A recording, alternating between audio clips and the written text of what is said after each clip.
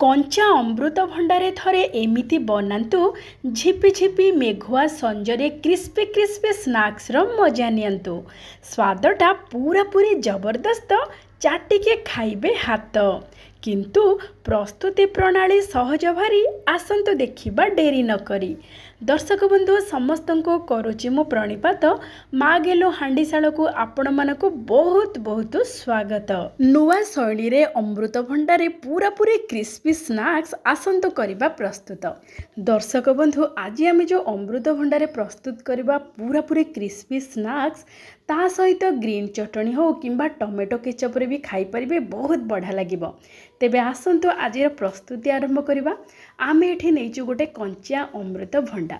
अमृतभंडा को प्रथमे नहीं कि भल भाव में धोईदेवे, तापर तार चोपा को छड़े देवे। चोपा छड़े सारिबा परे ताको काटिकी ता भितर जो मंजी थिबो से मंजी सब को बाहर कर देवे। मंजी सब काढ़ी सारिबा परे अमृतभंडा को भितरु मध्य भल भाव में काटी देवे। मंजी पाखरे टिके धला धला अंश थाए, ताको भल भाव में काटी सारिबा परे आमे अमृतभंडा को कोरिबा। आपण माने जेते बेले कोरिबे टिके मीडियम साइज रो ग्रेटर नै कि कोरिबे। पूरा पूरी गुंड बा पूरा पतला ग्रेटर रे कोरिबेनी, नहले पूरा पूरी गुंड ही जिवो।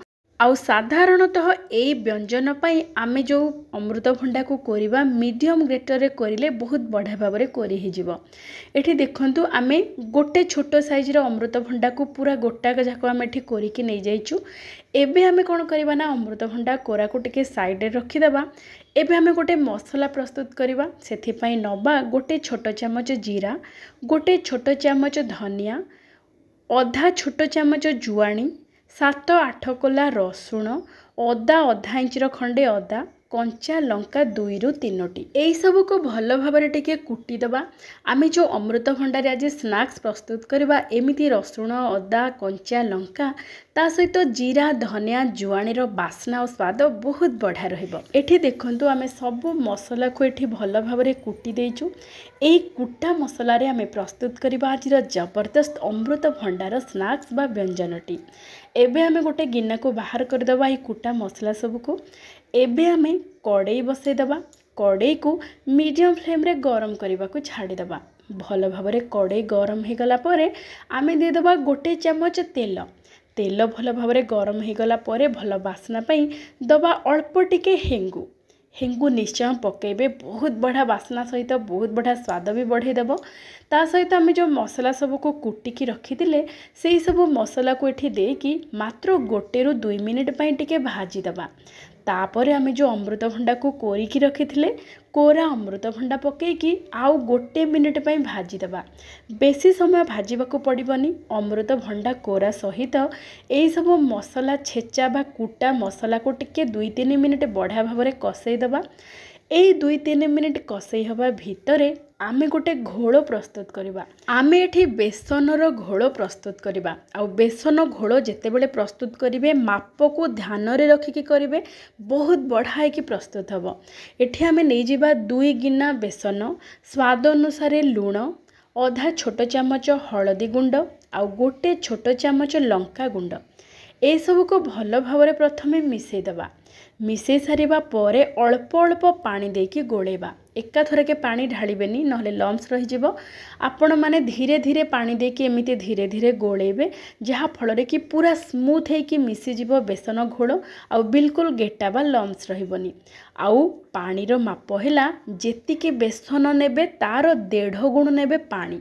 जेहेतु मु एठी नेइची 2 गिना बेसन, मु एठी 3 गिना नेबी पानी। 3 गिना पानी रो प्रथमे गोटे गिना रे आमे अल्प अल्प करके घोल प्रस्तुत करिबा। तापरे एका थरके धीरे धीरे पानी देकी बढ़िया भाव में मिसई दबा। देखंतु एमिति जदि प्रथमे गोलेबे बहुत बढ़िया पूरा स्मूथ है कि बेसन घोल प्रस्तुत हो जिवो। बेसन घोल रे बिल्कुल लम्स बा गेटा जमिति न रुहे सेथि प्रति निश्चय ध्यान देबे, जहा फଳରେ कि एई स्नैक्स टी बहुत बढ़िया कि प्रस्तुत हबो। एबे देखंतु 2-3 मिनिट हमर अमृतभंडा आ कुटा मसला बढ़िया भाव में कषि हो गलानी। एबे आमे सेथिरे देई दबा बेसन घोल को आ तापरे भल भाव में घांटी दबा। अमृतभंडा कुटा मसला आ बेसन घोल को भल भाव में मिसेला परे आमे मीडियम फ्लेम कर दबा। आ 3 मिनिट पर्यंत एमती लगातार टिके घांटिबा जहा फल कि बिल्कुल तले लागिबनी बा लम्स हबनी गेटा बिल्कुल रहिबनी सेमिति आमे लगातार घांटिबा 2-3 मिनिट पाई देखिबे 2-3 मिनिट भितरे आमर बेसन बढ़िया भाव में जंतिकी टिके सुखिला सुखिला हो से भितर लो फ्लेम करदेवे आउ टिके जंतणी को सिझीवाई समय देवे से भितर आमे कौन करवा ना गोटे थाली हो किंबा ट्रे हो आपण मैंने से अल्प टिके तेल लगे रखिए जहाँ फल कि आमे जो अमृतभंडार जो जंतणी प्रस्तुत कले बेसन और अमृतभंडार जंतणी से जंतणी को आम ये थाली रे बाहर करके रखिबा देखंतु ए जंतणी की पूरा पूरी सुखिला करिवेनी नहले टिके टाण हो कि पूरा भी पानिया करिवेनी जंतणी जदि पानिया रहिबो ताहले जेतेबेले आपण माने छाणिबे तेल रे पूरा पूरी खोली जिवो आ बिल्कुल भल हबनी तेणु ध्यान रे रखिकी आपण माने प्रस्तुत करिवे प्रस्तुति प्रणाली बहुत सहज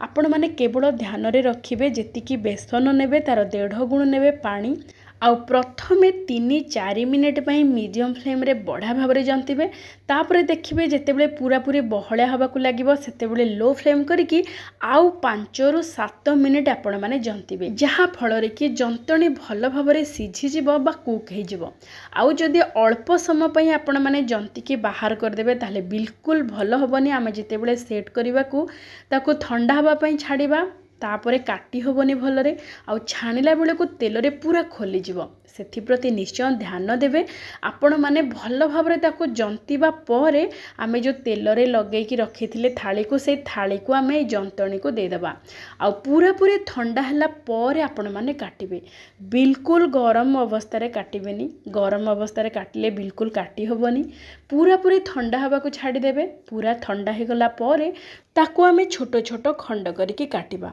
एठी देखंतु आमर जो प्रस्तुत करथिले आमे बेसनर जंतणी बढ़िया भाव में ये ठंडा हो जाए एबे ताकू आमे छोट छोट खंड करके काटिदेबा काटिला बेले देखिबे छुरी रे बिल्कुल लागू नथिबो ताहले जानिबे आमर प्रस्तुत हो जाए बढ़िया भाव में जंती हेकी आ बढ़िया भाव में छाणिले प्रस्तुत होबो पूरा पूरी क्रिस्पी हेकी एबे देखंतु आमे प्रस्तुत कर देजे पूरा काटिकी छोट छोट खंड करके आमर बेसन अमृतभंडा जंती की जो रखिथिले एबे आमे ताकू छाणिबा आपण माने चाहिले तावारे मध्य अल्प तेल देकी भाजी पारिबे किंतु छाणिले तार स्वादटा आहुरी बढ़िया लगिबो सेथिपई आमे कोन करबा ना कड़ाई रे बसई देबा तेल को मीडियम फ्लेम रे भल भाव रे गरम हवा को छाड़ी देबा तेल जेतेबेले भल भाव रे गरम ही जिवो तापरे आपण माने बढ़िया भाव में ताको पूरा क्रिस्पी करके छाणी देबे मात्र 5-6 मिनिट भितर मीडियम फ्लेम रे बढ़िया भाव में क्रिस्पी हो जिवो एठी देखंतु केते सुंदर रंग आसीची पूरा बादामी रंग बा टिके लाइट ब्राउन कलर हैला परे आपण माने ओलट पालट करदेबे आउ जेते बेले आपण माने छाणिबे सांगे सांग पकेकी पिठा खड़िका किंबा चटू मारिबेनी नहले जेहेतु एते नरम अछि भांगी जाई पारे देखिबे जेते बेले आपण माने गरम गरम तेल रे पकेबे 2-3 मिनिट छाड़ी देबे मीडियम फ्लेम रे बढ़िया भाव में सेट हो गला परे आपण माने भल भाव में ताकू छाणी देबे एठी देखंतु एपट सेपट करिकी पूरा पूरी ऊपर क्रिस्पी हो गला परे आमे ताकू बाहर करदेबा तेलरू केते सुंदर देखा जाउची देखंतु ऊपर पूरा पूरी क्रिस्पी आउ भितर पूरा पूरी नरम रहिबो आउ खाइबा को बेस स्वादिया लागिबो जेहेतु आमे इथरे ताजा मसला किछि कुटी के व्यवहार करिचे तार बासना स्वाद पूरा पूरी नियारा रहिबो आपण माने मध्य एमिति निश्चय प्रस्तुत करंतु पूरा क्रिस्पी अमृतभंडार नुआ स्नैक्स टी आउ ए स्नैक्स रे खाइबा पई आमे गोटे चटपटा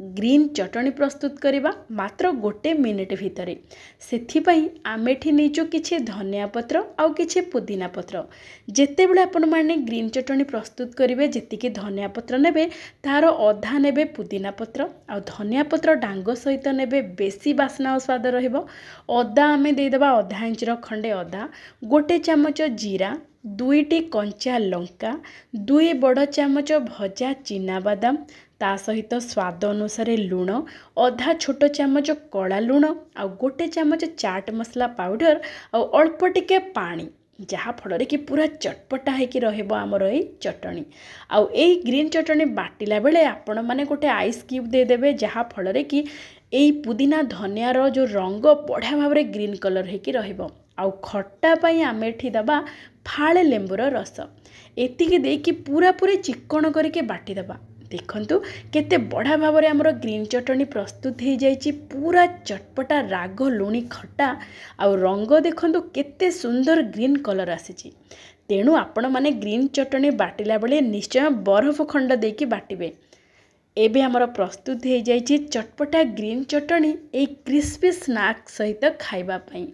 आपण माने चाहिए टमेटो केचप सहित मध्य खाई परिबे, भारी बढ़िया लागिबो।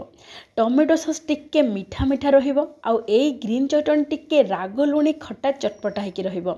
आपण माने एई दुई प्रकार रो चटनी सहित ए स्नैक्स को मन भरी उपभोग करंतु। जेहेतु आगो को आसुची वर्षा दिन आउ एबे तो संज बेले बेले बेले झिपि झिपि मेघ वर्षा रे आपण माने एमिति नुआ प्रकार रो पूरा क्रिस्पी स्नैक्स खाआंतु, समस्त को खुआंतु, देखिए समस्त को बहुत बढ़िया लगिबो।